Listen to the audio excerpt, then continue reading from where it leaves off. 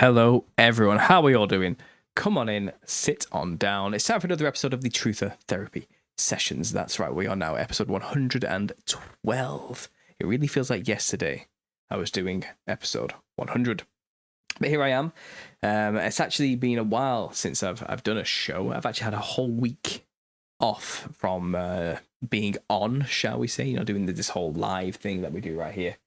Because I did have some unfortunate events. I don't know how to describe it really, but people who subscribe to me probably saw the post. People in my Telegram probably know what happened. But my son got very ill.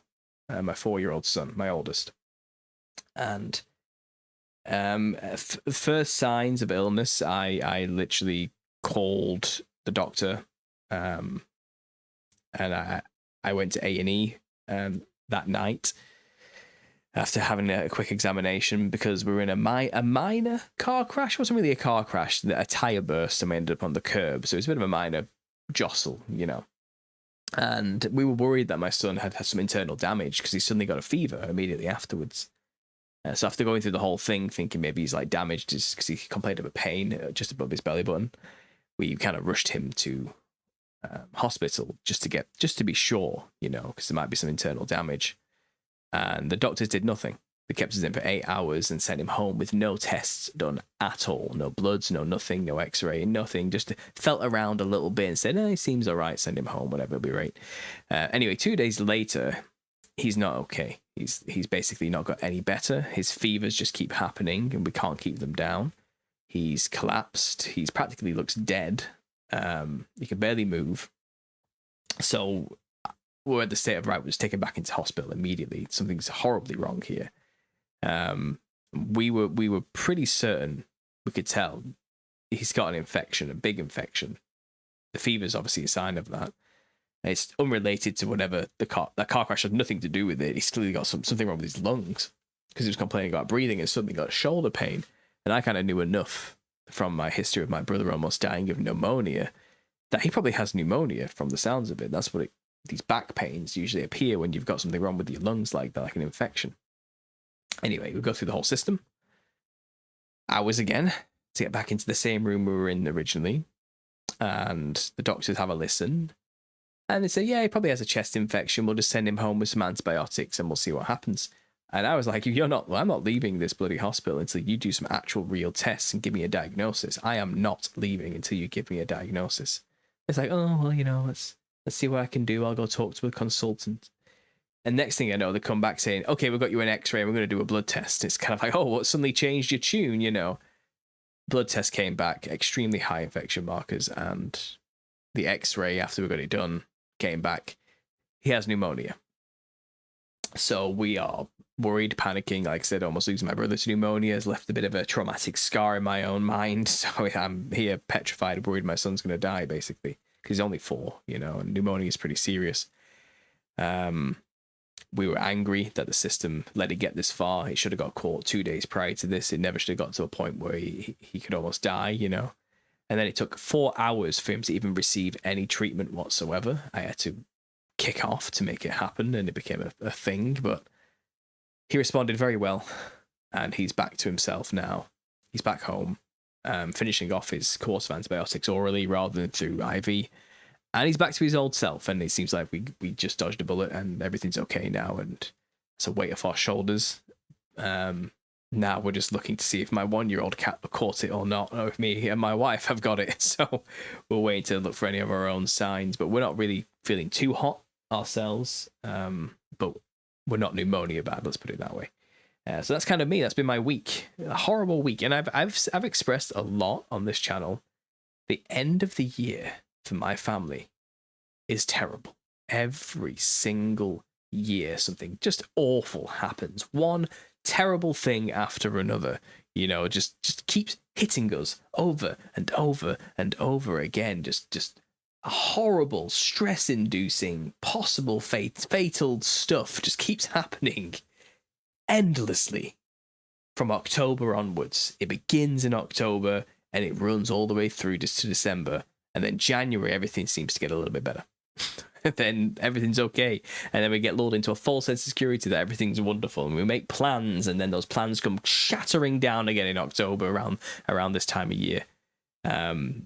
It just keeps happening. It's over and over and over again. You know, I remember driving home the night he was admitted into hospital, because my wife stayed the first night, just pleading to God and praying desperately, like, please just save my son.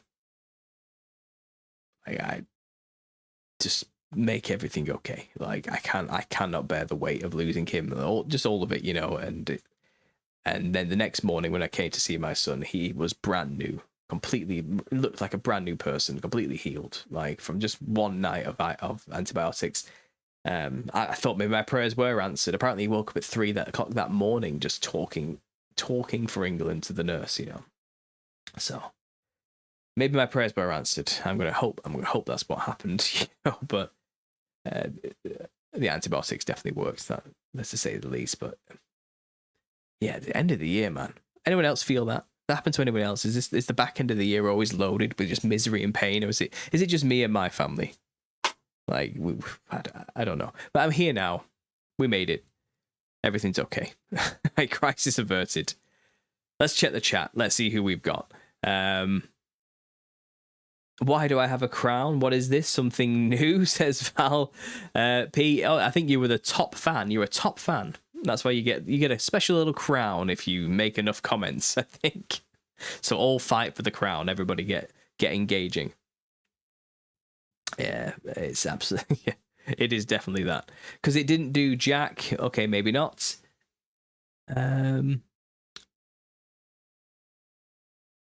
Oh, thanks for the super chat there. I can't pronounce your name. Was it Arjejwar? Hey, I assume that means something, but thank you for the super chat. I really appreciate that.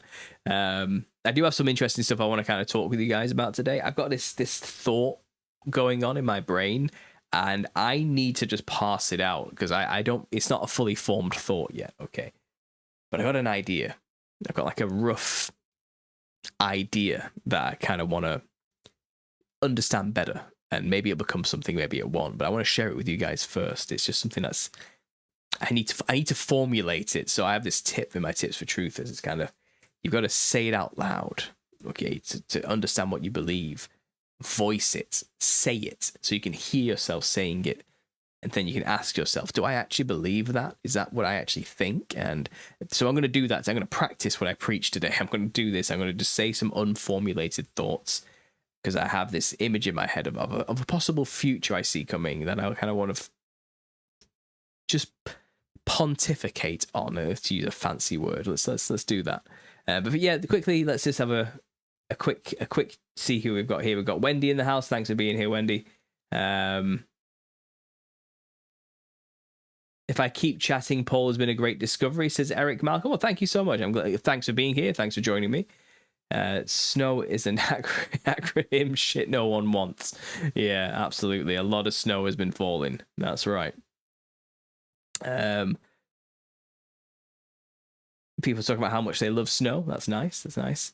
I like the new setup. Yeah, I think this is a nice angle, isn't it? I bought this ivy plant from the garden centre yesterday, and I'm quite happy. I need a nice little pot for it. But for now, I'll just let it do its thing over there. And I've got my nice new neon sign. I'm hiding behind the plant here, the strip for the wire, which is underneath some masking tape I painted over in green. A real job has been done on this. Maybe if I just jostle this over a little bit, it'll hide it even more. Yeah, there we go. You'll never know. You would never know, would you? Movie magic, set magic going on here. Prayers, Paul, and thanks for the prayers. I appreciate it. Cal Paul is a winner. Even Cal Paul was not keeping down this fever in the end when it got to its extreme. I knew it was bad when we first brought him in, but they just sent me home. They were not doing anything. They were useless, and then they let it get to pneumonia. So you best believe they've got some comeuppance coming their way. I'm not going to let that slide. I'm not. The inefficiencies of the NHS terrify me every time I have to deal with them, honestly. And I never leave feeling good about the whole situation every single time. And my wife is pissed, and she is not going to let this go. And I'm not going to stop her. Absolutely not. And I'm not going to let it go either. They almost killed my child. Absolutely not. Sorry, the chat just sprung away from me quickly there, and I've lost everybody's chat. Let's see what's going on. It really is too damn tiresome, says Pepe. It is. The end of the year is rough for everybody, I think, but I'm feeling it this year. I'm telling you right now, I'm feeling it this year.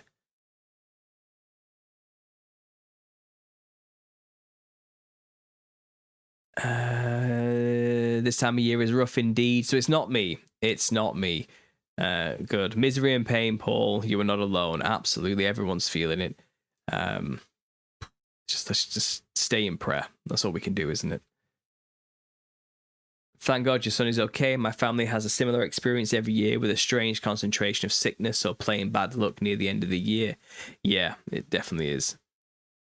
Antibiotics do wonders for it. Yeah, the antibiotics kicked in hard. And it was great to see that it was responding to antibiotics, because that means it was bacterial.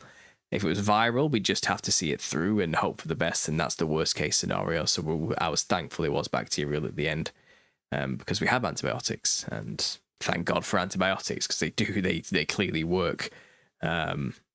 They almost didn't work for my brother though, because he was too far gone, but thankfully we got this to when it was early, so I'm happy about that.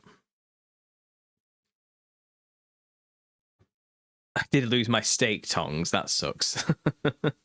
Same as any other month. What do you think about the Orthodox Church? Ooh, this is not a Q&A session, this one. This is the Truth Therapy sessions. I am not unpacking that right now. Absolutely not. Maybe another time. I missed the bird and con hat, though. The con hat is up here. He's got his own special little place, you see. He is here in spirit. Hanging over everything, so I've not forgot about him. He's peeking through there, can you see? It's just this, I can't get everything in the shot. I'm limited. Maybe I'll need to maybe I'll use this front panel to put the hat or something. I don't know. We'll figure it out. I'm still playing around with this setting, but I kind of like this angle right now. I like getting the blinds in just a little bit there. I do enjoy that. Yeah, so it's looking good. I'm not using my funky little coloured light right now though to illuminate this corner. Maybe I should just to funk it up a little bit more. Give me a second. What have I got? I've got something around here.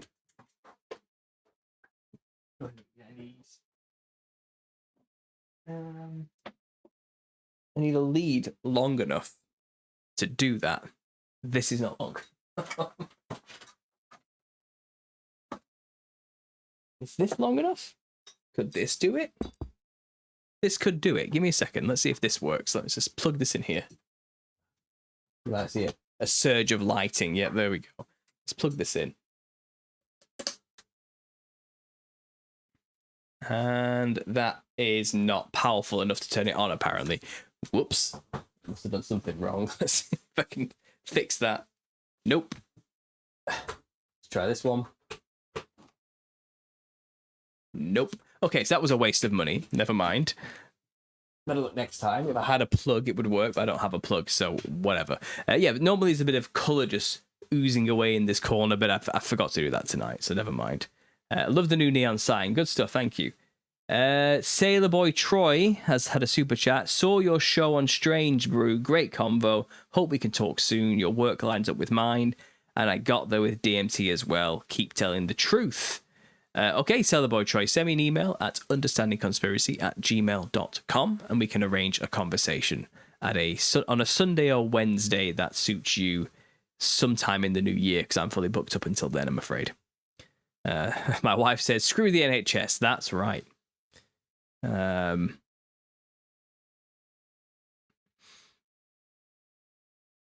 That's putting it politely. Yeah, I went easy on them with my description there.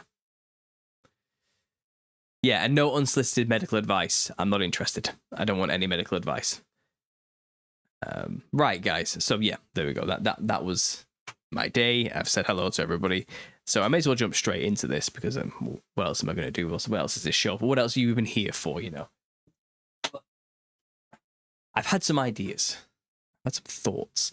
And this is probably going to get clipped into its own separate little video. It's something I tend to do from the live shows. So for people listening to the clip, this is from the Truth or Therapy session, episode 112, if you're wondering where this came from. But the clip might be a bit more succinct because it might get rid of some of my ums and ahs and random silences where I'm trying to figure out what it is I'm trying to say here. I've come up with this term called the truth of singularity. I've coined it today in my own head, and I quickly made a thumbnail about it. You can see the thumbnail here. I had a lot of fun with it, as you can see. We've got a little tinfoil hat there. We've got the the Illuminati symbol in the hand. You know, so yeah. Now, the singularity, first of all, for people that don't know, is a term popularized recently for the transhumanist community, though it is actually something to do with the event horizon of a black hole and the singularity as well, and that's a whole other thing. But we're not talking about that. I'm talking about it kind of like in a metaphorical way, comparison to the transhumanist idea of a singularity. And Ray Kurzweil is kind of like the popular guy who's kind of come up with these phraseologies and ideas to talk about transhumanism. And 2045, I think, was the original date. That may have changed since, because this was a decade ago when this was kind of announced. But what they're hoping for around 2045 is the point where technology converges to a point called the singularity, where after that point, nothing will ever be the same ever again. Everything changes when technology is advanced enough to reach this point of called the singularity. And it's where everything kind of all comes together. So neuroscience, biological science, mechanical engineering sciences, all the sciences, whatever field that's in, reaches this apex point of advancement where when they all converge together in one form, they create basically a new god in a sense, or a means where humanity can transcend out of being human anymore to the next level. They call it Human Plus, or H Plus is a common symbol of the transhumanism. And mankind will merge with machine in some kind of biomechanical capacity, or perhaps even through some kind of consciousness transfer capacity, to become something else, something new. Mankind will grab the reins of human evolution and take control for the first time and become something completely different. And this is the singularity. This is what they're aiming towards with their technological advancements. This is where they want to get to, because that means they can then live forever. That's the end goal, to be able to live forever as gods.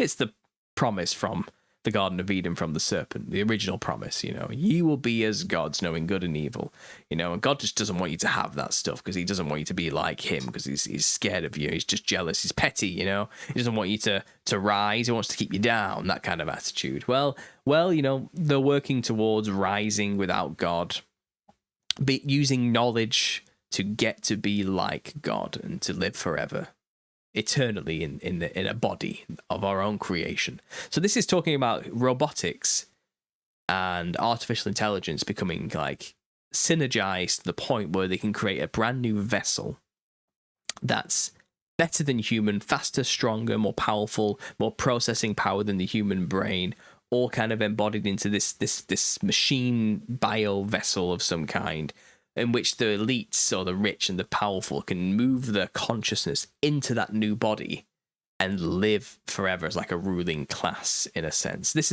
will not be for everybody, okay? They might sell it for everybody to get the funding and so forth, but this will not be for everybody when this happens. This will be for the self-proclaimed elites of the world who will get to live forever as a robot, basically, lording over all of humanity and the lesser biological beings who haven't yet transcended out of their own bodies and flesh to the next level, like us, that kind of attitude. They will see themselves as far beyond us in every capacity. So that's transhumanism, if you hadn't understood it, the philosophy of transhumanism. That's what they're aiming towards, and they called it this singularity. So I was thinking about that, and that's a video in its own right. It really is, and I've made videos about this, but that's something that they're working towards. And then I was thinking about us. Here we are, passing through videos online, trying to figure out the truth, trying to get to the bottom of things, trying to understand just what it is going on. Like, what are they doing to us? What's the end goal here? Where's this going? What's the point? What's the aim? You know, we're trying to understand the conspiracy as it is, and things have changed a lot.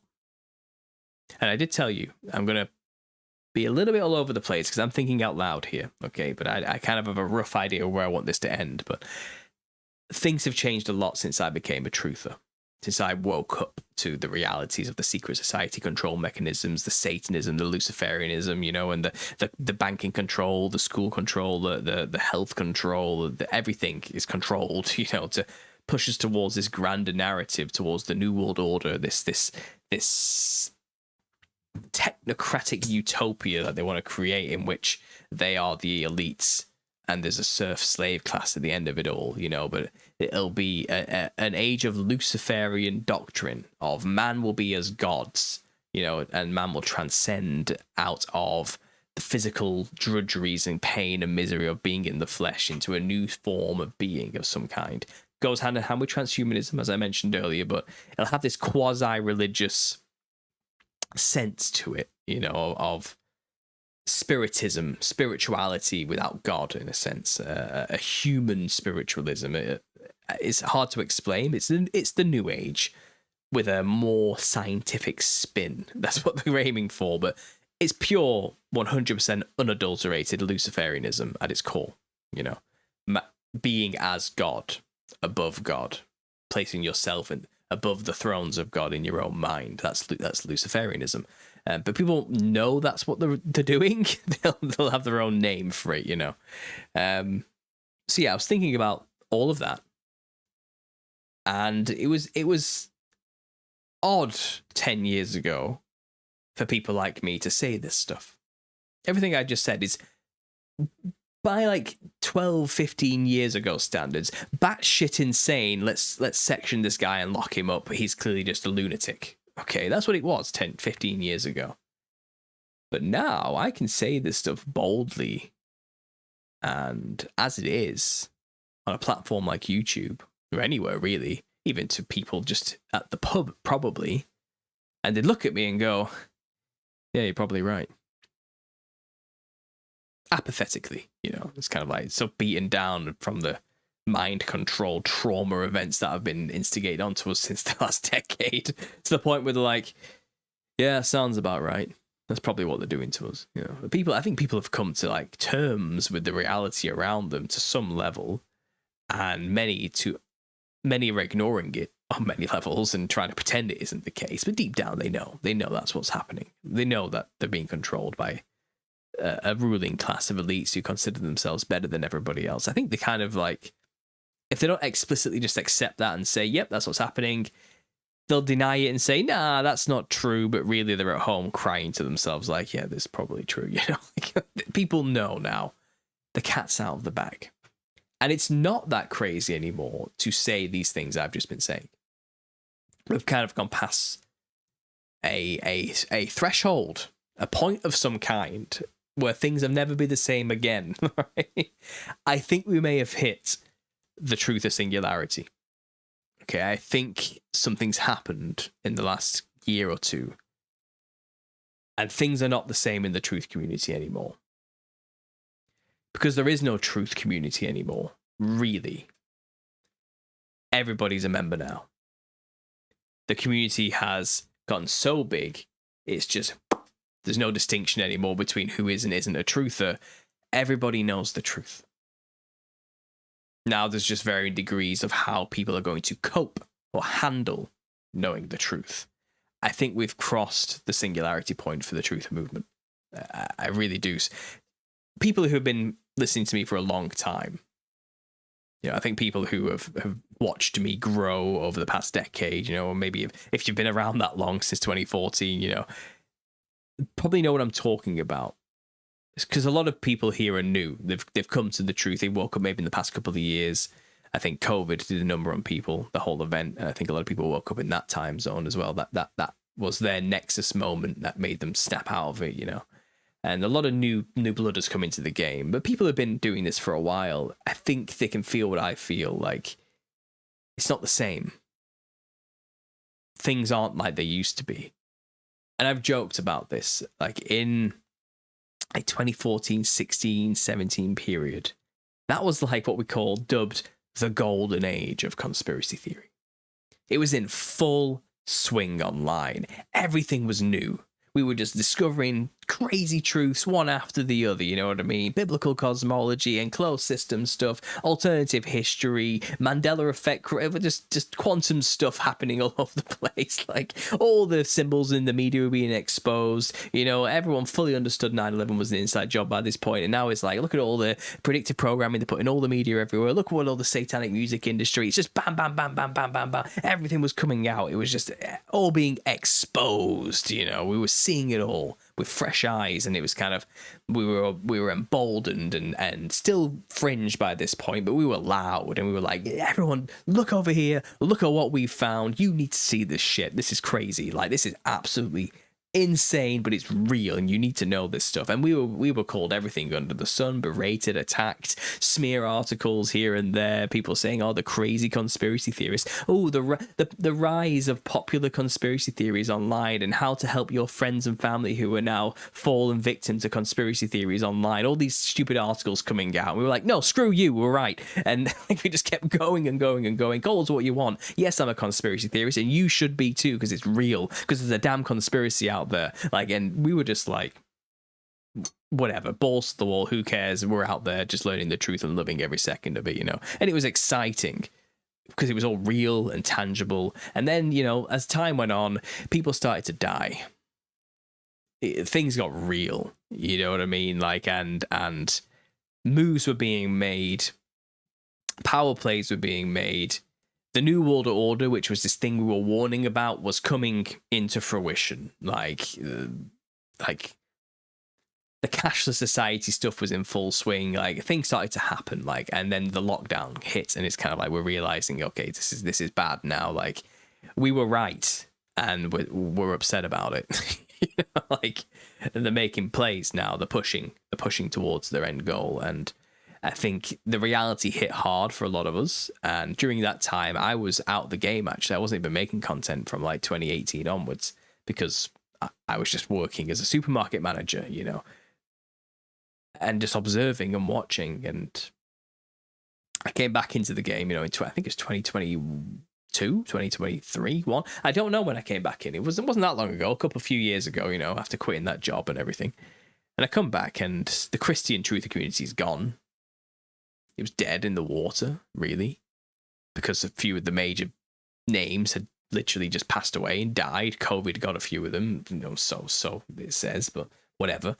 And Gnosticism had kind of taken over. Gnostic Christianity and just general Gnosticism in general, and alchemy and Hermeticism and all that sort of stuff was very popular at that point. And I came back as a Christian voice, trying to revive that, and I think more people are back in the game as Christian. I think Christian Trutherism's back in full swing now, and I think it's winning. To be honest, I think we've gained the lead. Well, no, I don't know what to call it. Like, we're louder than ever. You know, I think we've revived it strong, and it's come back stronger. And I think there's a strong sense of Christian Trutherism out there now in the online community, but it's not. Something's different now. And we can sense it, right? The excitement's gone. And it's not like that's a bad thing necessarily, because we shouldn't necessarily be excited about how horrible everything is and what the control next is. But it's not about that. It's more like there's a looming sense in the air that something's different about this. And I can't quite put my finger on it or name it. Necessarily, I can't name what this change or feeling is, but I have this phrase, this truth of singularity. Okay, and I think things are going to be very, very different going forward in the truth community now. I think the world stage, the show, has reached a point now where, as I mentioned, everybody knows something's going on. Even if you're not like a conspiracy theorist or a truther of any kind, I haven't even been in like the truther world as a community. Even the normies know. That's one phraseology you can use. I don't like calling people normies because it's a bit is whatever. But you know what I mean? Like even like your auntie and your uncle know. like even like that the guy in the office knows now. It's kind of like everybody can just kind of know. Yeah, something's wrong. I think evil people are in control, and they're not even really hiding it anymore. You know what I mean? And what I see now is big channels out there in the world who are like alternative media. So they're not necessarily like conspiracy theorists, but they often talk about the blatant evil coming from like progressive ideological frameworks and institutions like the UN or the EU, or these insane policies governments are forcing on the populace, like digital ID, or mass unfettered immigration. And you get these commentators in the game, don't you, who aren't conspiracy theorists, but they're constantly pointing out the ridiculous nature of the decisions being made by those in power, and they'll rationalize it. And they're in the game of rationalizing, why is this happening to Western civilization, that type of stuff. And they go into the psychology and the philosophers out there about, and they're trying to explain the condition of man. And these people who are doing these things don't really know what they're doing. They think they are the good guys, and they are just under the spell or the delusion or the possession of a particular ideological framework. And they are working from their framework. They literally think that they are the good guys and we are the evil Nazi, just evil personified, and it's kind of, they go through this rationalization of why these people are doing bad things to other people, and I'm watching these people thinking like, no, these people are actually genuinely evil, the ones at the top, and they know what they're doing, and they're actually running a plan, and they're orchestrating a long-term agenda. Okay, this isn't like just testing out ideological frameworks because they believe sincerely this is the best thing for humanity, even though they're wrong. Like, it's not like these are actually just evil people purposefully destroying and killing us because they literally worship the devil. Like, that's actually what it comes down to. But you get these commentators out there who can't rationalize like that. They can't go that far, or they're at least scared to be seen saying such things. So they make their living as making commentary based on the idea that it's just simply, ideological frameworks at play, and our war is really a spiritual war on an ideological level, and it's about ideas battling each other out for dominance and this type of thing. And I feel like those guys over there are one set of truther types, and then there's us over here in this little corner, and we've gone really far the other way. Like, we are 100% like fully convinced and will openly proclaim it's deeper than that. Okay? And in some ways simpler. It's just evil people orchestrating a very evil agenda because they genuinely believe in and follow and worship Satan. It's that simple. And from their rational mind, that other group, they can't understand that because from their perspective, that's crazy. Okay? And they think these people in control are smarter than they're too smart to believe in the devil. Like, there's no way these world leaders and these people in these institutions and these CEOs believe in the devil. They're too smart for that. Okay?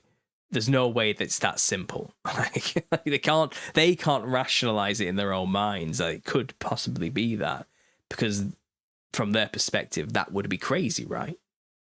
But I think we're getting to that point now where it's becoming more and more obvious that is exactly what's happening. And even these rational thinkers and commentators who talk about the evils of the world from that more psychological standpoint are getting to that point now where it's kind of like, are these people stupid or evil? What's going on? Like, how could they make such awful moves against humanity so regularly?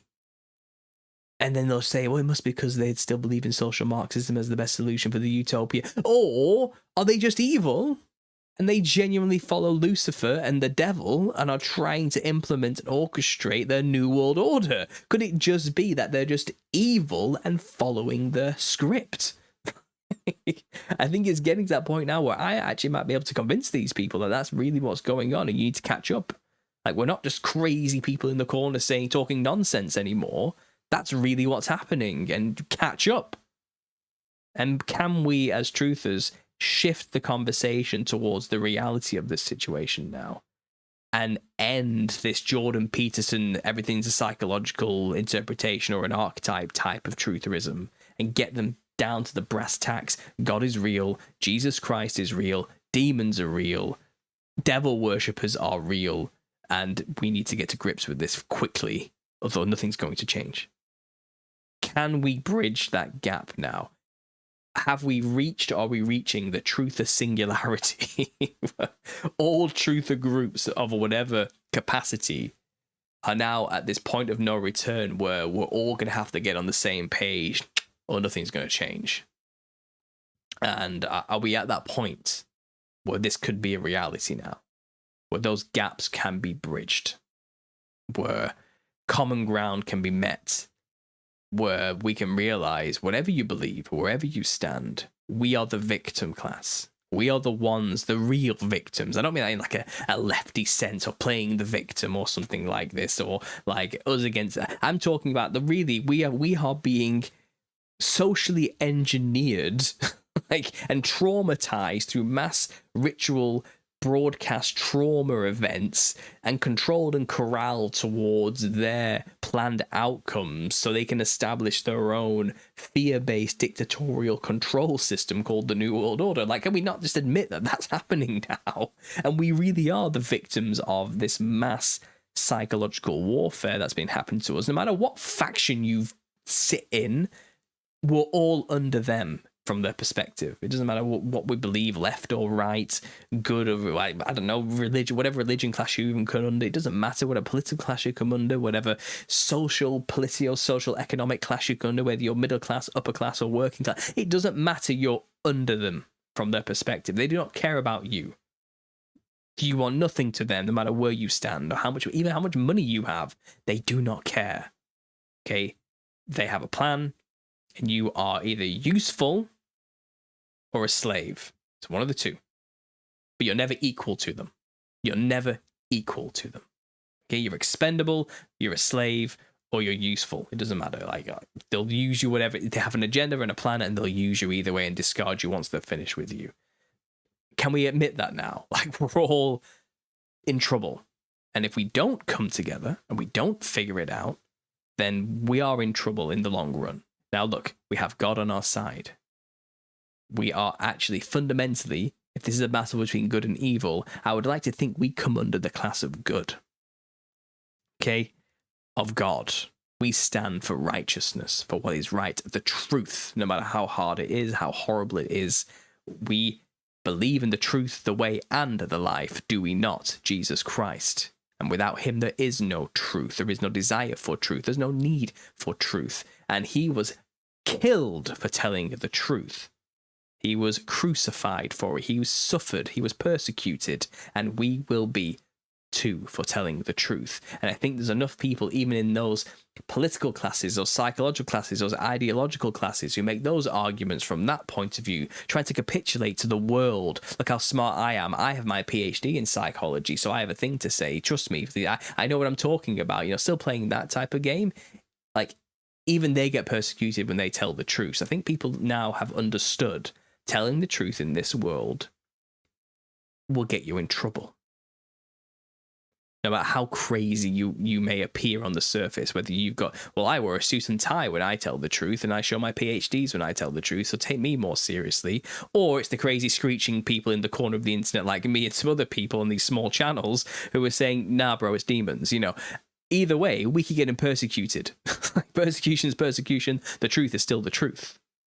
You know, whether you're just talking about the truth of the horrible things happening to nations on the boots on the ground with immigration, or you're just talking about the spiritual truth of the reality of demons and devils and possession and satanic ritual abuse and the rest of it, The truth is the truth either way, and you get persecuted for telling it in this world. And maybe that common ground now we can use, that shared trauma can bring us together stronger than ever, and we can reach the truth of singularity, where we come together as one and converge into something new, something better, something useful, something that will actually change the world and cause a real revolution, not a revolt.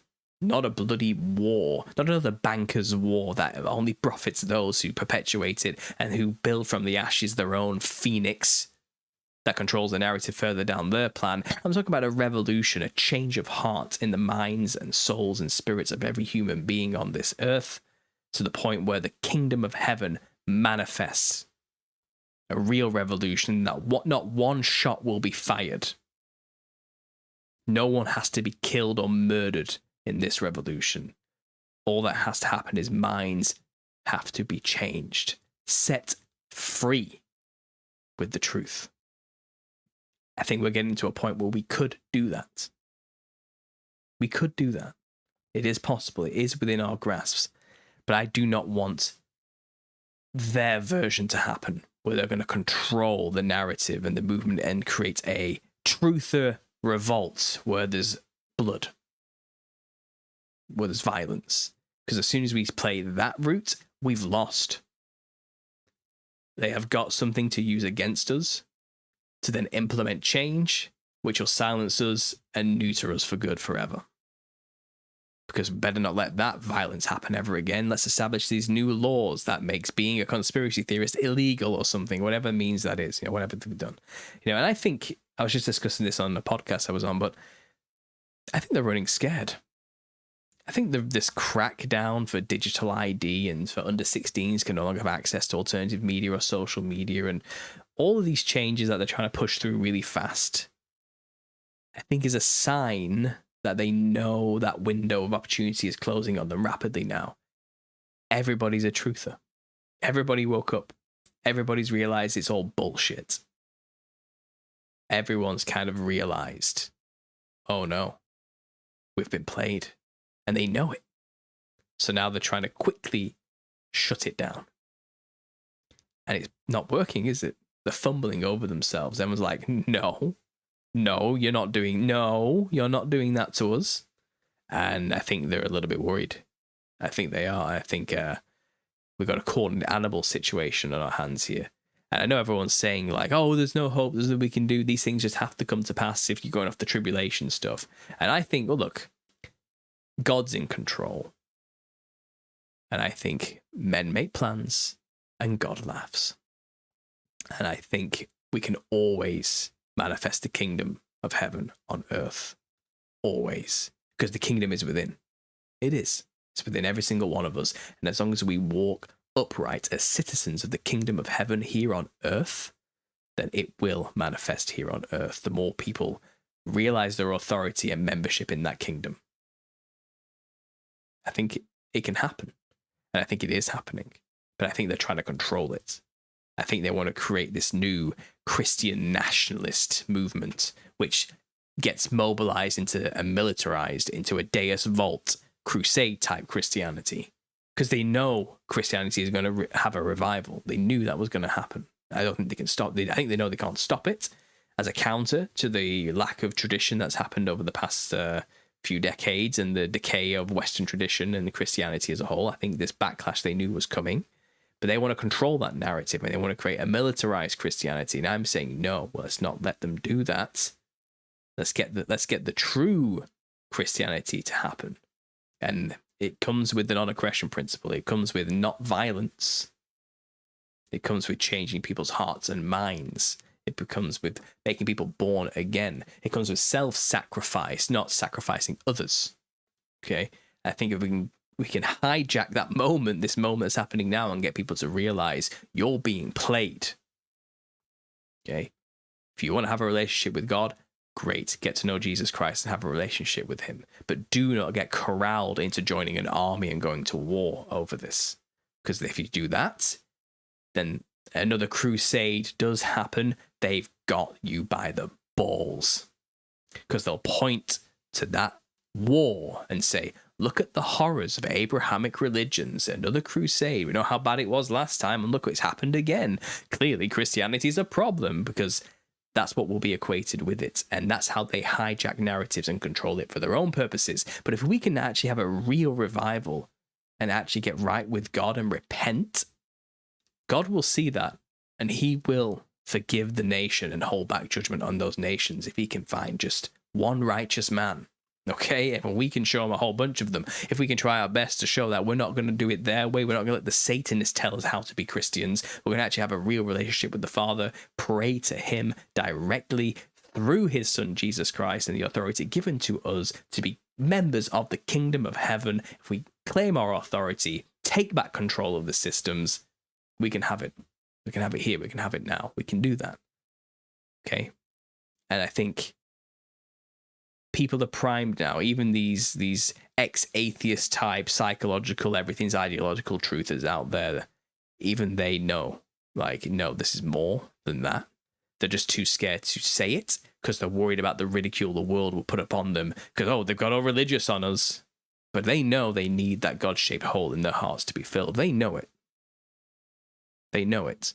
They're just too scared to admit it because they don't want people to think less of them. It's time to get past that. And I think we can, be as emboldened as we are to say the truth, can encourage those heavy movers in the truth community to also admit the truth the way in their life is through Jesus Christ and actually get that ball rolling to actually finally have those conversations. What about the spiritual warfare aspect to everything we're under? Okay.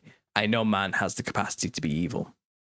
Some human beings on this earth are just as bad as, if not worse than, demons. Even without possession or oppression of a demon themselves, it can happen. Mankind's capacity for evil is terrible and terrifying. But we cannot ignore the true spiritual warfare elements behind all of this, that there are powers and principalities at play here that are beyond our normal perception as humans. There is a spirit running through everything, and we need to start testing those spirits. It's not simply just metaphor or signs or symbol for ideas or ideologies. It's real, tangible consciousness working against us. A parasite, you could call it, in the spirit realm of our world. I think we can start bridging that gap. I do. I think we start having those conversations because it's become more apparent than ever. More apparent than ever. I mean, it's terrifyingly obvious that evil people are pulling the strings, who have agendas literally to kill us all and make everything terrible in order to establish their own new world order where they get to live as gods above us all in their new transcendent human plus bodies of some kind, which is what AI is working towards. It's what robotics are working towards. It's what every single cryptocurrency and convergence of all technology is working towards. But we can work towards something spiritually while they do the worldly technological advancements towards their singularity. Let's have the truth singularity. Let's get everybody to the truth, and let's all these movements at once come together and converge into our own singularity where nothing will ever be the same. Man makes plans, God laughs, and we can move through the earth as instruments of God and his kingdom, as messengers for the truth, and we can change things too. Just because they have a plan doesn't mean it has to come to fruition. It only comes into fruition in so much as we allow it to. And guess what? Magic tricks fall apart very quickly and have no power over anybody once you know how they work. In fact, they're pretty pathetic and lame once you know how they work, aren't they? Telling the truth destroys and reveals the magic trick. That's all they've got. All we have to do is tell the truth, no matter how hard it is, no matter how much persecution it puts upon us, and the magic falls apart. The illusion crumbles. They lose. And they know it. They know everything they have is built on an illusory house of cards, and a small gust of truthful wind is all it's going to take to make the whole thing collapse. They know that. That's why the control mechanism is so strong around media control, around illusory control, around artistic control. They need to control what goes into our eyes, therefore to our brains, therefore how we perceive reality. They have to constantly keep that under control, and it's oozing through their fingers now. They cannot control it. We're seeing through the illusion very quickly, and there's just some people who just need that final push, that final truth. It needs to be told to them bold and with confidence, and to give them the confidence to not be afraid to admit it too. God is real. The pride is a major issue of our time. I think there are too many intellectual types out there who are wonderful truth tellers in a worldly, earthly sense, who just are not willing to admit that God is real because they're scared of how people will perceive them, how they're going to be seen by their academic peers. I think the singularity is coming, and they're going to have to drop that soon. In fact, it would be intellectually dishonest and academically dishonest to deny God's existence by this point. To deny that that's what we're really up against by this point. You would have to be delusional not to see what's happening now. You'd have to be a supporter of the lie to continue going on as if everything's perfectly fine and normal, and that this isn't the situation we find ourselves in. So I see it. If we haven't already crossed that threshold, it's coming soon. The singularity of truthers. It's going to happen. There's going to be a point where there's no return. I think we've already kind of reached. It's in the air. That feeling I sensed earlier, it's there. Something's changed. Something has changed. And everybody knows now. They do. Some of them might not be able to describe it. Some of them might not be able to put a name on what it is they understand. For many, it might just be a gut feeling or a small voice in the back of their head screaming like, this isn't right. Wake up. Something's wrong. Something's wrong. It's there. But I think more and more people are at the level now where they're actually like, I see it. Then there's the level of capacity of how much can they voice that without losing everything. So now they have that internal battle happening of how much are they willing to lose for the truth? That's the questions I think a lot of people are asking themselves right now. And hopefully they're realizing, well, actually, what's on offer and what they currently own and have may be worth losing. Because there isn't going to be much for them in the future if it continues the way it is. Okay, I think a lot of people are realizing that too. I think the younger generations, generation like maybe Alpha, might be a good example of this when they grew up. But I think Gen Z might be a good canary in the coal mine example of what's coming down the pipeline with the current generations. But these are generations that are literally born into a world with no future. They know there's nothing for them in the future as it is. They know that as it was for many generations in the past is not what's going to be for them. They know that. So they're going into the future and growing into this world with a completely different mindset than us. That's going to change things big time. And I think that all goes towards this point in the future, this singularity moment. They'll have their technological singularity. We'll have the truth singularity. It's all going to come together at once. And I think God wins. I think the truth wins. And I think a new heaven and earth is right around the corner. I do. And how that's all going to play out is going to be wild. It's going to be a lot of twists and turns. There's going to be a lot of lies. There's going to be a great light show. Oh yeah, they're going to put on a fantastic, might even be lasers. Oh, they're definitely going to use lasers. They spent too much money to not use lasers by this point. But yeah, things are going to happen. Okay. But I think the truth will be obvious.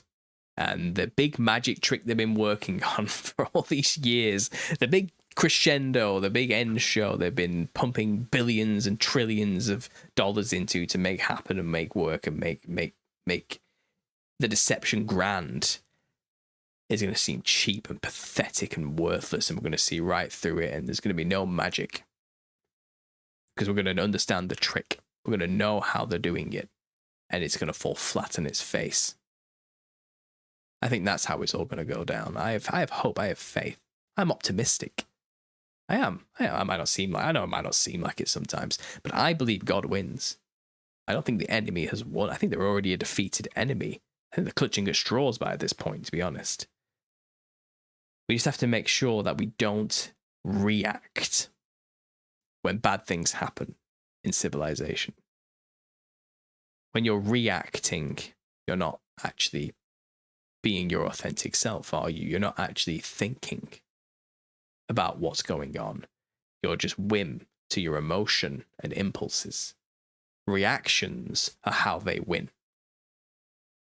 If they can get us reacting, good for them.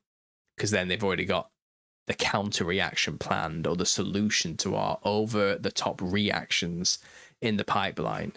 You know, they're already working on it. They're like at least 3 steps ahead. But if we don't react, they'll be there like, oh, damn it. They didn't do what we needed them to do. And I think so long as we can just prolong our actions against their horrible actions, okay? So if we keep not reacting to things when they happen, and we don't do what they want us to do, they lose more power each time, and the structure crumbles more and more and more. And they just need us to do something. And as soon as we do something that they can frame in their way, they've got us for another 10 years. But if we can hold off on reacting for as long as possible, they get weaker and eventually they collapse, and they know it. Okay? But as soon as we do something stupid in reaction, they can implement new laws, new controls, new stringent measures to make sure a reaction like that never happens ever again, or the horrors get repeated, and then they've got us under another control mechanism for at least a decade or 2 before they start waking up again and snapping out of it, or their power structure fails, or the infrastructure fails a bit more. But they're weak now, and they know it. They're losing control. And if we can just keep delaying that reaction they want from us, which is the bloody revolution Christian style, you know, crusade style, the longer we can put off the reactions, and they will do horrible things, and they will send horrible people out there to do disgusting things, and their medias will tell us that this is happening and that's happening. They're going to do everything they can to rile us up, but the longer we delay, the weaker they get, the more frail their system gets, the more it crumbles away, the more their members die, and the replacements just aren't there. Their recruitment drops off, and eventually they just fizzle away with a whimper. That's probably more likely how it's going to go, if we can take back that control. So yeah, there's my running idea. The truth of singularity. We may already have crossed it, or it's just around the corner. But I think we can start branching out and building our own truth army, shall we say, of people who just boldly proclaim the truth as it really is, physically and spiritually. Because the spiritual truthers and the physical truthers right now are not communicating with each other. Okay. And it's mainly because the physical truthers think we're crazy. But I think the truth is becoming more and more apparent now. And I think discourse is now needed. I think things need passing out. I think conversations need to be had. And I think we can do it. I think we can do it now. I think we're at that point. So join me. Everyone join me. Let's do this together. Okay, I'm going to go out there and try and talk to as many people as I possibly can on my channel, trying to bridge these gaps and build that rapport, build that community, strengthen it up. And I think the time is nigh. You know, I think the situation is rife. I think the circumstances have aligned for us to be able to point to the world as it is and say, you really think this is all simply just man? Okay, and maybe we can start getting people to really be honest about the spiritual reality they're living in. Maybe admit that demonic experience they had when they were 12 that they've never told anybody before because they were worried about what people would think of them. Like, it was, I'll tell you now, I've said it before and I'll say it again, there is not one human being alive on this God-created earth that has not encountered the parasitical infection we call demons at some point. Everybody has had a demonic experience. There's just varying degrees of how much they're willing to admit it. We need to foster an atmosphere where people can feel confident and safe to admit that it has happened to them. Okay, and the millions of testimonies will come flooding through once we get to that point. And I think we're already reaching that point. I think it's already happening. I think we're riding that wave now. Let's not let it just end. Let's keep going. Let's keep going. I think we're in a good position. And there you go. There's my positive message. Something that's just in my head. I needed to get it out. I don't really know what I just said. I just had to say it. And maybe I'll work on this a bit more. Maybe I'll flesh this out a little bit more in future videos as I kind of think about it. Maybe I'll write a book about this. Who knows how this is all going to pan out. But I'm going to take a quick break, guys. I'm going to have a quick drink and then we'll get back and I'll answer some questions and we'll have a bit of a conversation. So I'll leave it there. And here's a quick advert for you guys.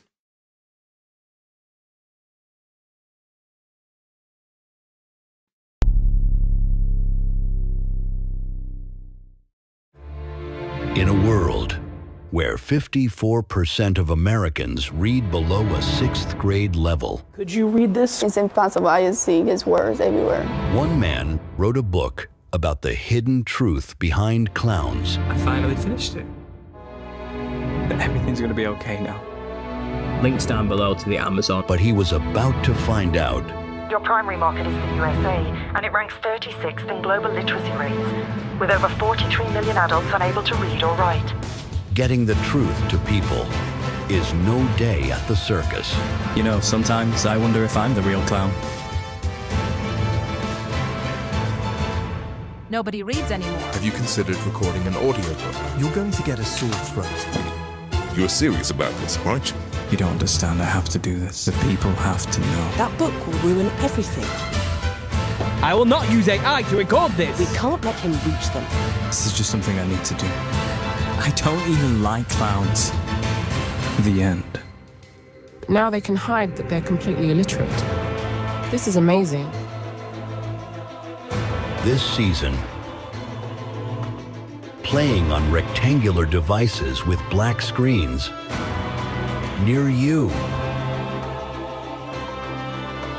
The Nephilim looked like clowns. The audiobook.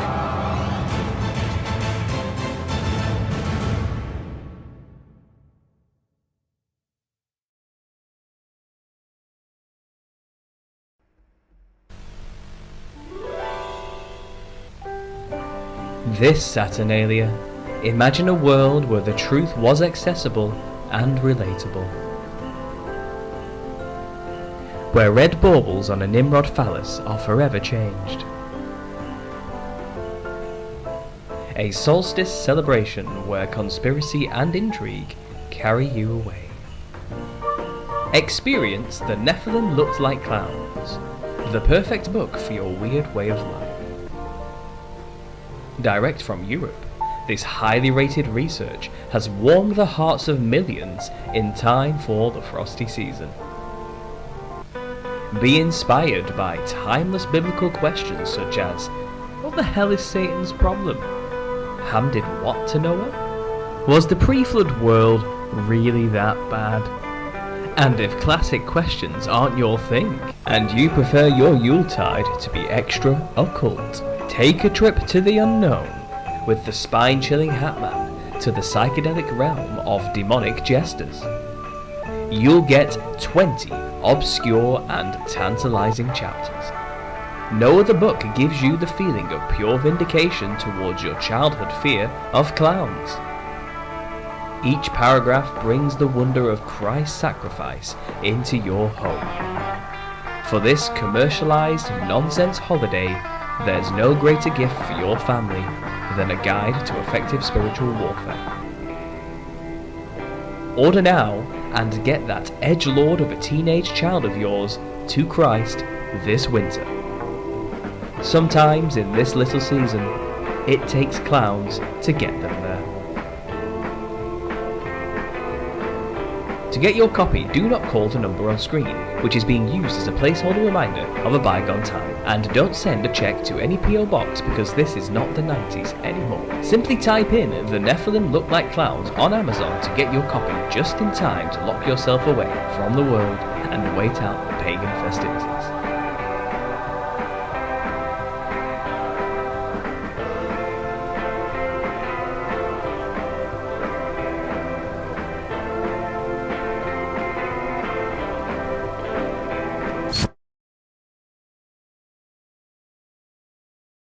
And we're back. How are we all doing, guys? Let me just quickly move that this way a little bit. I'm not quite centralized enough. There we go. Yeah, so a couple of adverts there. If you guys would like a copy of The Nephilim Look Like Clowns, a hard copy signed by me, I do have some left, so email me at understandingconspiracy@gmail.com for a signed copy. There's currently £10 off for December. So you get a paperback for £40 and a hardcover for £50, and that's anywhere in the world. I'll ship it out to you. And that's just a flat rate. That's the cost. So if you're interested, email me at understandingconspiracy@gmail.com. It's one of the best ways to support me, and you get something in return as well. Or you can just go to Amazon and buy a copy if you want, if you don't want it signed, or you can go on Audible now to get the audiobook, as you just saw my advert for there. But yeah, looking at the chat, it seems like people liked my little tirade there. I went off on one. It was a bit of a stream of consciousness talk. It feels good to do one of those again. I've had a week off of that, and I've had some thoughts knocking about. Do you have any soft copies to sign? I do. I've got some paperbacks here if you want a paperback to sign. Again, that's £40, but I do have some hardcovers left as well if you're interested. Yeah, you just email me. Carmen is in the chat.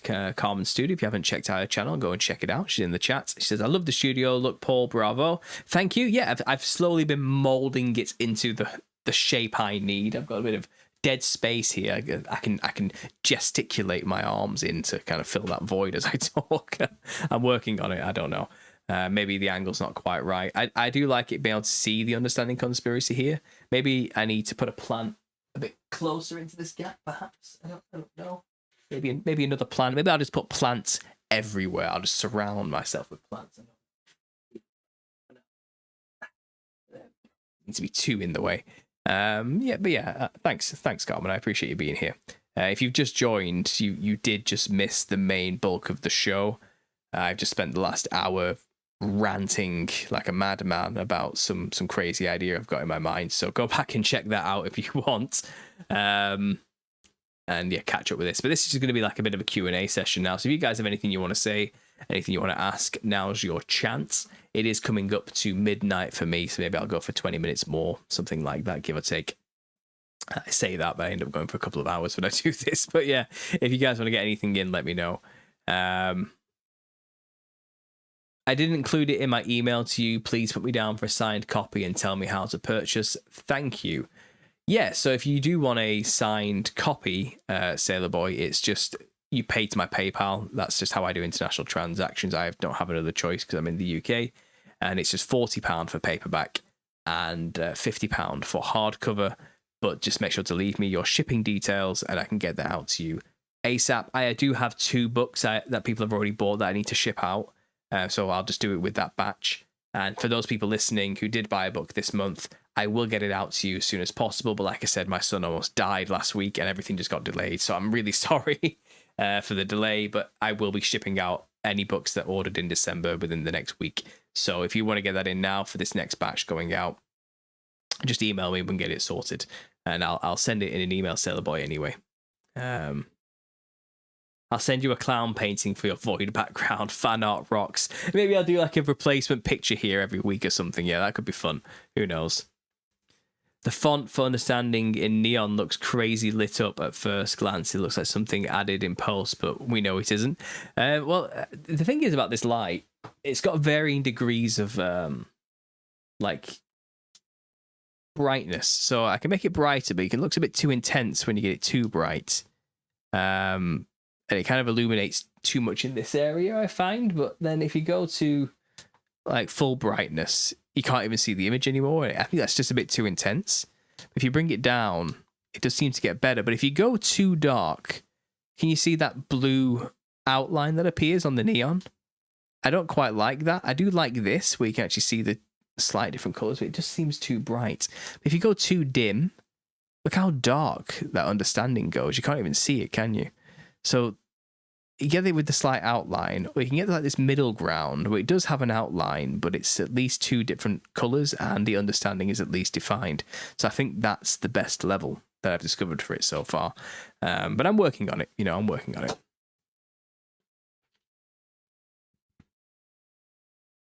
LED neon. No, I think it's. Yeah, it might be LED neon. I don't know. I like it though. I'm happy with it. I think it's like acrylic, and there's actually wires between each letter connecting them all together. I don't know if it's been gassed or not. I'm not sure what kind of neon it actually is. I don't really know the science behind it, to be honest, but I'm just going to leave it as it is, The truth you are talking about is this, the gospel truth, salvation, love, and caring for one another, reaching out to pull them up, or the evil baby eating Satan is trying to kill us truth. Yeah, I know, right? Well, yeah, I think the basic message is that simple and powerful, just love one another. And you'll be surprised how far that can go in this world. Like, it can change everything. It can, at least, if not on the mass scale, on an individual level, somebody just experiencing unconditional love can change their life, because it's seldom experienced in this world, this day and age, or ever really. You'd be surprised by simply just asking somebody how their day is going can change somebody's life. Like, it's powerful stuff. Human interaction, like the sense of feeling like somebody cares, is our most powerful tool for convincing people of the truth.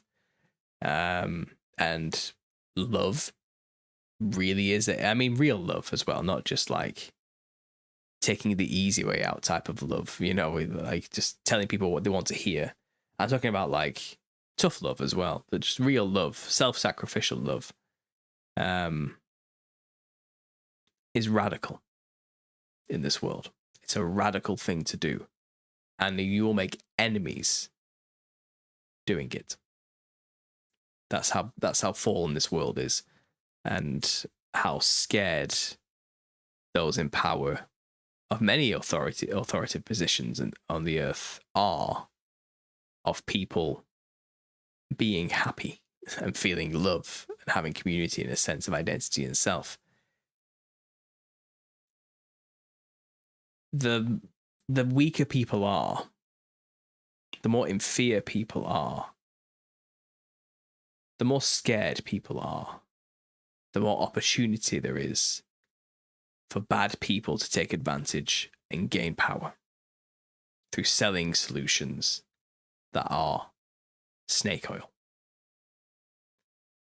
Happy, confident, knowledgeable, healthy people can't be controlled. And they know it. And that's why they're scared of people loving one another and telling the truth, because they will lose power. And sometimes that's institutional positions of power, and sometimes it's just some guy out there who's got a nice little congregation of followers, and someone comes along and tells the truth that shatters his authority, and he doesn't like that. So they might even try and kill you, just to shut you up because you're affecting their bottom line. That's just that's how the world's structured. There's many macro and microcosms of that kind of power dynamic happening everywhere. So no matter where you are on the earth, if you tell the truth, you're a threat to somebody's power structure somewhere. That puts a target on you. And Christ warned us about that. And he showed you just how far that can go.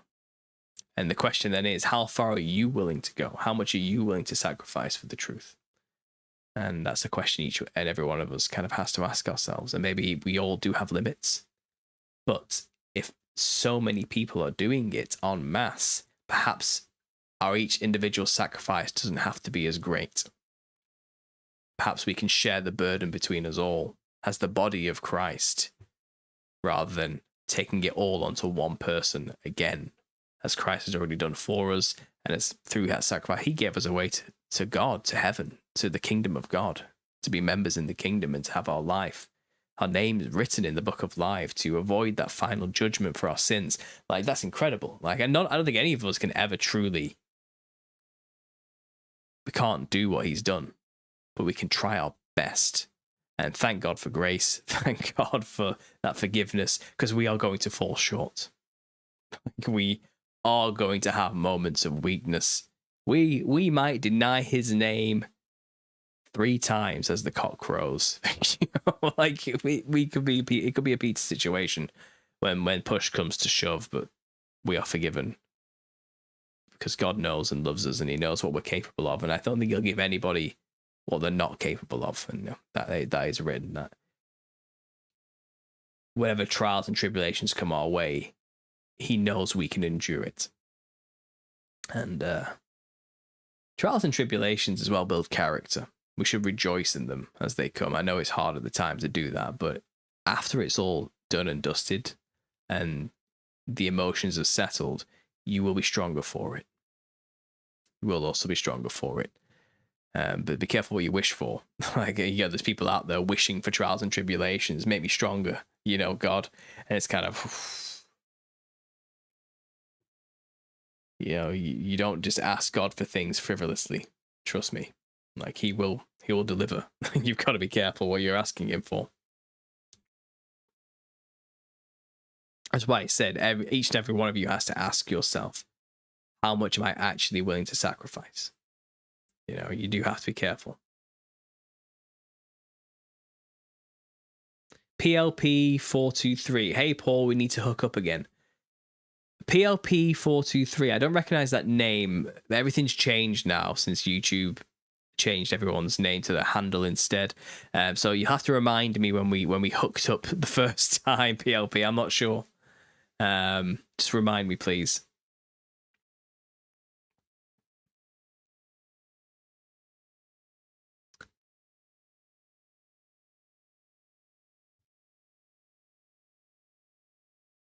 I'm fighting the hardest battles. Put down the phone and go on a walk, man.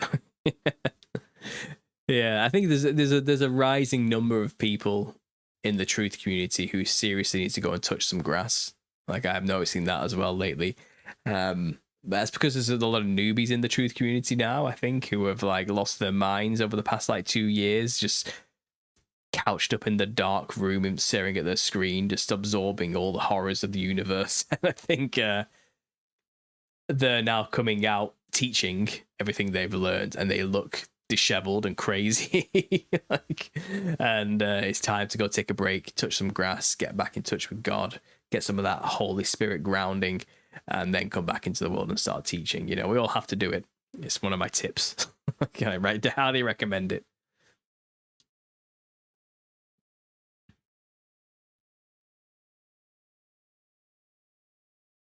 Question. Oh, Prometheus Lens. Yeah. Oh, okay. Dude, yeah, I remember you now. Yeah. All right. Doc Brown. Yeah, get back in touch, man. I actually follow you on Instagram. I do see some of your clips every now and then and everything. You seem to be going pretty hard right now, don't you?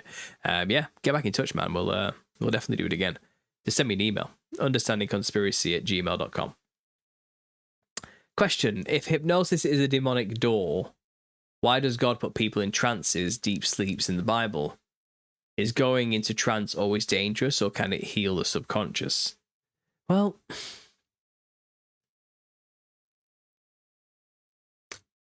I think, like most spiritual things, it's not that the spiritual mechanism of being in a trance or a deep sleep or exploring the spirit realm or let's say in dreams, remote viewing or detaching ourselves from our bodies or anything like that is inherently bad or something we were not supposed to do in a technical sense. Like, we are capable of doing those things because I think our bodies are designed to be able to do that type of stuff. I think the issue is that humans are so corrupt and sinful that those who do it abuse it, or use it not for the purpose of glorifying God or becoming better or doing good, but often people use that power and skill and ability to abuse others or lord power over others or for selfish personal gains. So that's the first problem, which is why it's best just not to do it at all, because if you are going to dabble in that kind of thing, you will probably do more damage than good in your fallen state. That's the issue. The other issue is the spirit realm is infested with demons. So the environment of the spirit realm itself might not be inherently bad, but the occupants of that environment are. And if you go there, you are putting yourself in harm's way. So there's twofold. Bad, malevolent beings waiting there to manipulate you, lie to you, or hurt you. And human beings being inherently sinful and corrupt and selfish, using these skills such as hypnosis for their own benefits rather than to help people. So it's one of those. It's a double-edged sword. It can be used for good or it can be used for bad. Predominantly, it ends up being used for bad every time. But when God does it, he's a righteous, holy God. He is good inherently. He gets a pass. Okay, so I'll leave it at that. Ask God for wisdom. Now I'm more isolated mentally than ever before in my life. Yeah, well, you shouldn't have asked God for wisdom. Ignorance was bliss, right? That's your own fault. You got no one to blame but yourself, Vincent.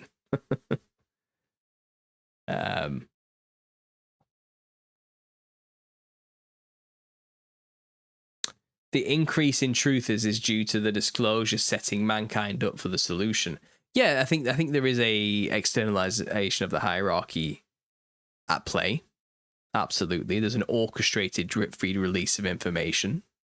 And they're trying to direct those people who are waking up to the truths of reality down their new age spiritualist path. But I think we can hijack their agenda and send them down to the only truth, way, and the life, which is Jesus Christ instead. We can do that. It's just how much are you willing to profess the truth, and how much are you willing to lose to make people know the truth? That's what Jesus Christ is asking of you, because the world rejected him, and they will reject you for telling the truth. But the world can suck it.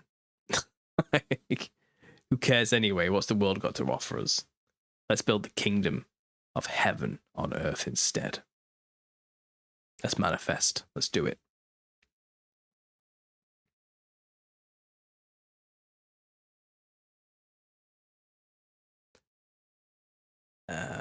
I believe that verse is only for Christians, because before becoming Christian, I was definitely tempted more than I could handle.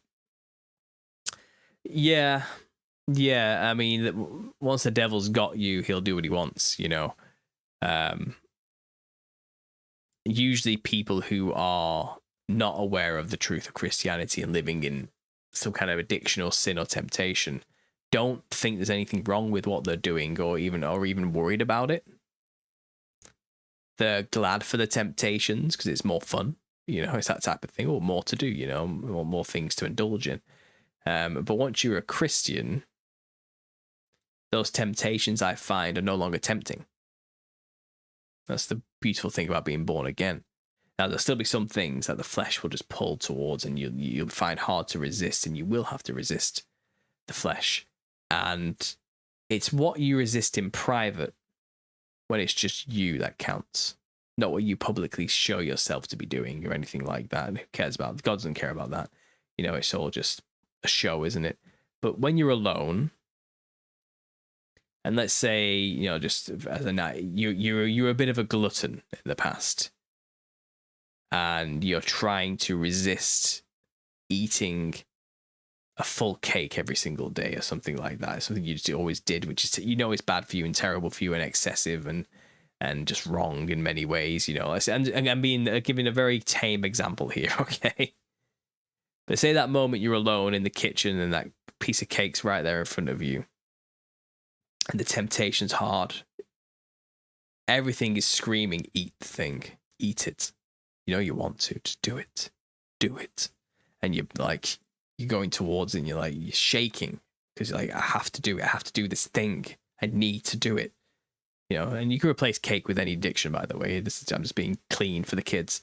And it's screaming at you like, if you don't do it now, you're going to feel like shit. Everything's going to be terrible. You don't want to feel like that. You've got to do it. It'll make you feel better. Like, just do it. Just do that thing. And if you just say resist and go, no. And you pray, distract yourself, do something else. It's in those moments when you're alone that God notices.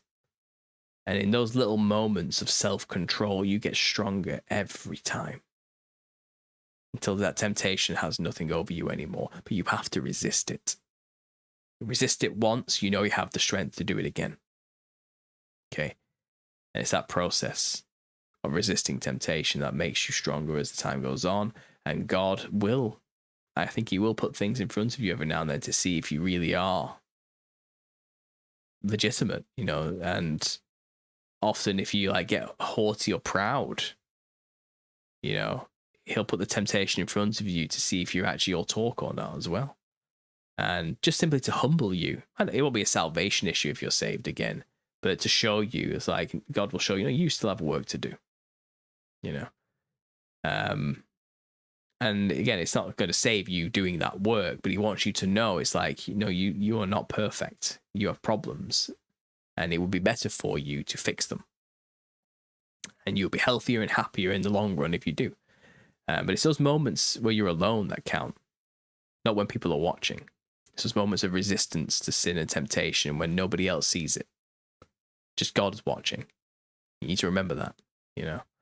And yeah, I think we all have those moments. We all have those moments still. No one, we're not perfect, you know.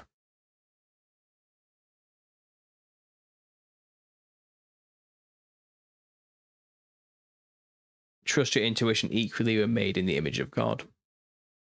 I love cake, says April Park. I love cake too, but I think it's that problem when it becomes like an addiction is where there's a problem.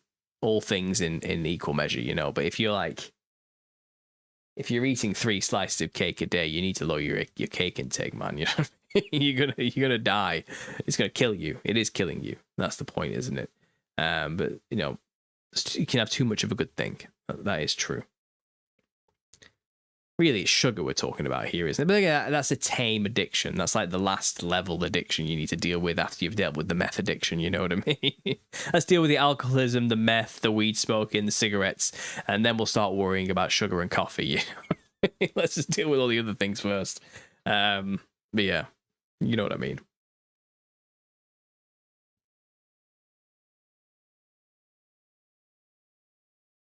It's not a test, but it's a test.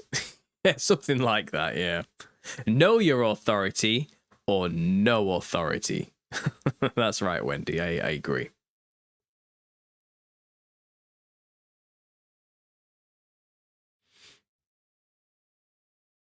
Derek Prince talks a lot about being humble. Yeah, Derek Prince was a huge early teacher of mine.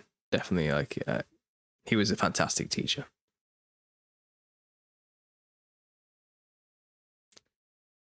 The only thing good about DMT and others is the ego death. That's what brought me back. So a bad idea brought me to God as it did with you. So how do we say it's bad if it's waking people up? Well, God can turn all things for good and to his glory, you know, and he chooses who he wants to wake up in his own time, I think. And if that's what it took for him to get to you, then he'll use it to get to you. But he doesn't then go and continue to do DMT afterwards. Why not? He brought you to me, right? No, he comes with a hefty warning. He says, you got lucky this time that I was there to find you. But if you go back there, I won't be there to protect you that time. Because you should know better now. That's how it works, you know. And in terms of ego death, yeah, I understand that feeling in that sense while you're there. But I think that's a bit of a lie. And I think there's nothing more egotistical than thinking you've lost your ego. You know, so just be careful with that kind of thought.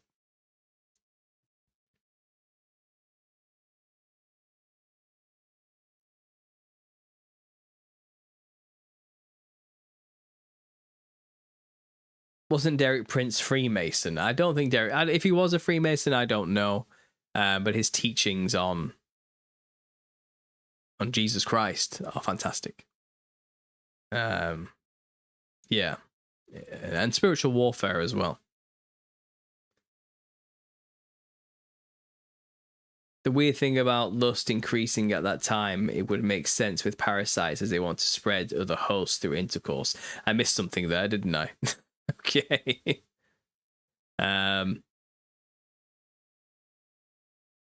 Never heard Mr. Prince mention he was a Freemason. Pretty sure he would be against joining. Yeah, I don't remember anything about Derek Prince being a Freemason. I mean, there are plenty of Freemasons as well who are, I think, honest men of God who don't really know what they're involved with or what the higher levels in that fraternity are involved with.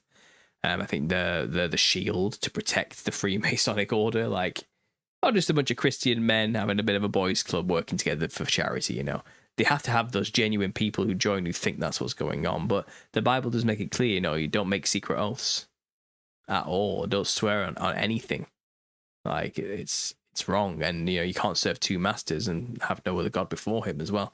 And Freemason inevitably leads down all of those issues, all of those problems. So I think Derek Prince would have been wise enough to know not to make oaths in secret, like I imagine, if he was a true man of God. He preached against Freemasonry. Well, there you go. Yeah, I imagine so. He gave me when I listened to him in my early days, he gave me no indication that he was a part of anything like that. Just watch the man tear up just talking about salvation. Like, it's enough to show you that this man really loves Jesus and God, and it inspired me as well. And even I tear up when I start talking about or reading like John. Yeah, it gets me. I can't. That's why I don't read much scripture. Like, I'm an emotional wreck, and right now I'm especially an emotional wreck because my son almost died, so I'm kind of a bit like all over the place. Paul, what's your next book, sir? It's The Nephilim Look Like Clowns, Volume 2, The Now. I am chugging my way through that when I can. I'm hoping I can get it done within the next 6 months. That's kind of my own personal deadline, but it's hard. It's really hard to write a book. And to find the time with 2 children as well. I'm not going to lie, but I'm trying my best. I am getting more writing done lately. I'm getting a paragraph or a chapter done a day and whatever I can here and there. And I am setting more time aside where I can get like 3 hours writing in it every Tuesday and Friday by pre-recording interviews and releasing them. So I don't have time to make many more videos as well. I'm going to try and make more clips as well of these live shows to fill that time too, so I can just take more time off to write without losing income and what I need to feed my family and keep a roof over my head as well, you know. So it's a bit of a balancing act, but I'm getting there. And then after that, who knows? Maybe I'll write a book called The Truth of Singularity from the looks of it. Yeah, I'm going to trademark that now before someone steals it.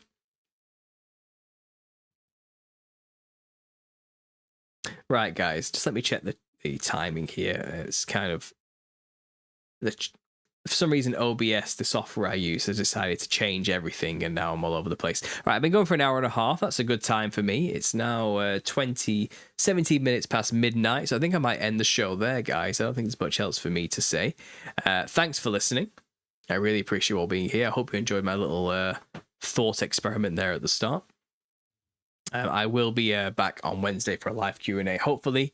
I do also have someone to talk to that day. I think I'm talking to Scott Helmer, a musician for the other channel, the Understanding Creativity channel. So that should be coming out soon as well. Have you ever considered doing a show with Gary Wayne? MC Pecalia, I answered that question yesterday. If you missed it already, I have already done 2 shows with Gary Wayne on my channel. Go and search Gary Wayne on my channel and you will find them. Yes. So there you go. Quick last question answered there. And also Gary Wayne got a special thank you at the end of my book. He was a huge inspiration and a huge help as well in getting it written and out. He gave me some good advice. So yeah, I do know Gary. We might disagree a little bit on eschatology, but I completely agree with him on everything else when it comes to the Nephilim and biblical history. pre-flood and post-flood too. So there we go. So yeah, I'll be back soon on Wednesday for a live Q&A, and I'll be doing some stuff in between. You might see a clip of this show coming out in the middle of the week too. If you do want to get a signed copy, email me at understandingconspiracy@gmail.com. I'll close this show out with another advert as well. But other than that, guys, thanks for listening, and as always, God bless.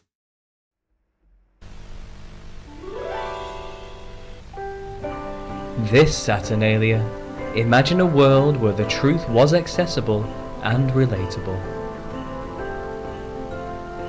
Where red baubles on a Nimrod phallus are forever changed. A solstice celebration where conspiracy and intrigue carry you away. Experience The Nephilim Looked Like Clowns, the perfect book for your weird way of life. Direct from Europe, this highly rated research has warmed the hearts of millions in time for the frosty season.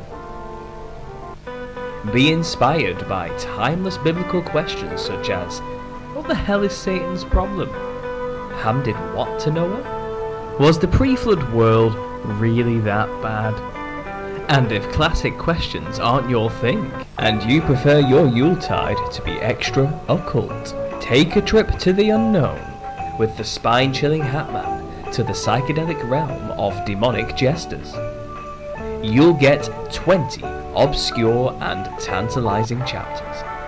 No other book gives you the feeling of pure vindication towards your childhood fear of clowns. Each paragraph brings the wonder of Christ's sacrifice into your home. For this commercialized nonsense holiday, there's no greater gift for your family than a guide to effective spiritual warfare. Order now and get that edgelord of a teenage child of yours to Christ this winter. Sometimes in this little season, it takes clowns to get them there. To get your copy, do not call the number on screen, which is being used as a placeholder reminder of a bygone time. And don't send a check to any PO box because this is not the 90s anymore. Simply type in The Nephilim Look Like Clowns on Amazon to get your copy just in time to lock yourself away from the world and wait out the pagan festivities.